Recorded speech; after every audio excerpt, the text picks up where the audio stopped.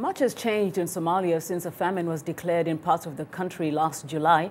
A new government was recently sworn in. Al-Shabaab has been forced out of some critical areas. Rain has fallen and the famine has been declared over. However, the UN and other groups warn that the country is not out of danger.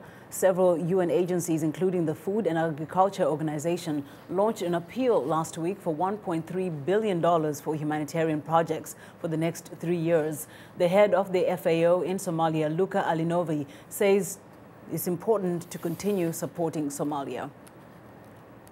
In January, we declared the famine ended, and we saw dramatical improvement in the last few months. We moved from almost 4 million people during the famine, which were in acute, severe situation, to now 2.12. However, 28% of the people, the 2.12 million, are still in a very acute need of support. So we're talking about a substantial amount of the population which is still in troubles, although the improvement. And in general, we have almost 4 million people which need support in different forms, which require really that we take seriously what happened during the famine. The UN just recently launched a $1.3 billion appeal. What is that for, and how is that supposed to try to help avert another crisis? As you correctly said, we launched the new cap just the 4th of December from Mogadishu. It is $1.3 billion for the first year. It's a cap over 3 years.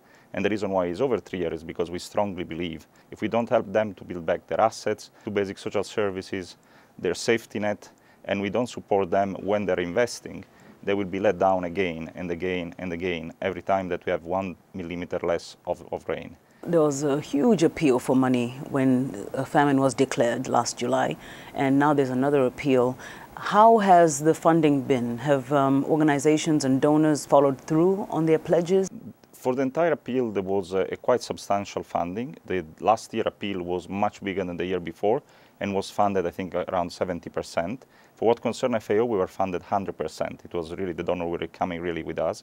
It's dramatically important that they don't drop down now, because we just cover up the tip of the iceberg of the crisis, where the people were in an acute crisis. But if we don't help them to turn up in their own development, we will be back in a crisis again. So it's critical that such funding should remain high. And I know that it's difficult because a number of other crises are happening. There is Syria coming in, but we have to make an effort to make sure that the people receive what they need for the coming 3-4 years.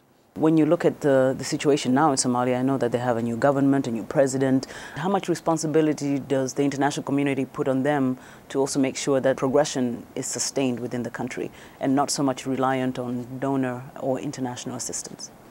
I'm very honest and very transparent with them. There is a very good discussion.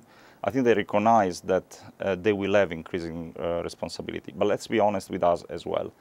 The Somali government up to yesterday was controlling probably just Mogadishu, and probably not even all Mogadishu. Now asking them in few weeks to change attitude, be able to collect taxes, be able to provide security services, be able to provide health services, education, in few weeks, months, and probably even few years is overambitious. We need to support them to build this capacity in a sustainable manner. It's a long-term investment. It cannot be considered a short-term investment because there is no history in the humankind where these things happen in few months. Nor we have been intervening. Think about Afghanistan, think about Iraq, think about Croatia. No one of those countries was able to build back their own capacity in one day. And the Somalis, as good as they are, and they are dramatically good, they will not be able to do in a few months. They're giving all the right signal. They're telling us the right things. They're putting us in order. So I think that they're really doing the right step. Now they need the support to build what is needed. But there had been also a lot of allegations of corruption, especially in the past administration. So how do you guard against that? I think that that's true. There was those type of allegations, and I think most of them have been properly reported by the monitoring group of the Security Council. However, I don't think that this applies to this government. This government wants to have a public financial system which is much more transparent. They are working on that.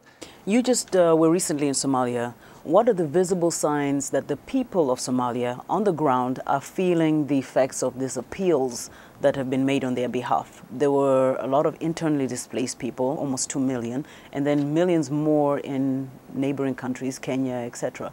We see now in the order of thousands of people coming back. Compared to the millions, is not yet the big number. I recognize that. But we start to see a number of thousands of people moving back, and we are targeting to have, in the first year, 46,000 people. The ones that are more worrying, honestly, are the displaced since long time, because people probably lost a lot of their own means of survival and make them difficult to go back. But if you look at Mogadishu, it's incredible how fast people are constructing, building new restaurants, new shops. There is quite a completely different attitude than a few months ago. It's really positive. However, everything can go wrong at any point in time, because we are not yet in a stable area. The return or possible return of a famine declaration, is that anything that you foresee happening? In a country which is so dry like Somalia, the possibility of famine is just behind the corner. If we are not able to give enough investment on Somalia to build those capacity to absorb those shocks, we are going to be back in famine in 2, 3 years, 4 years from now, and it's very likely. And we should not be surprised, and we should feel extremely responsible for that, because we know it. And that's where the commitment of the donors, the commitment of the agencies, the commitments of the NGOs, and all the partners have to be there enough time to build that capacity of bouncing back, which is called resilience. Luca Alinovi heads the UN's Food and Agriculture Agency in Somalia. Now, FAO will soon launch a plant tree campaign in Mogadishu and later around Somalia to stop deforestation, which has made land less fertile, contributing to poor harvests, which contributes to famine. The campaign also aims to create more wood for charcoal. The campaign is already underway in Somaliland. Now, we want to know what you think about In Focus and the stories we cover. Join the conversation on Facebook. The address is VOA In Focus, and you can check the headlines 24/7 at voaafrica.com.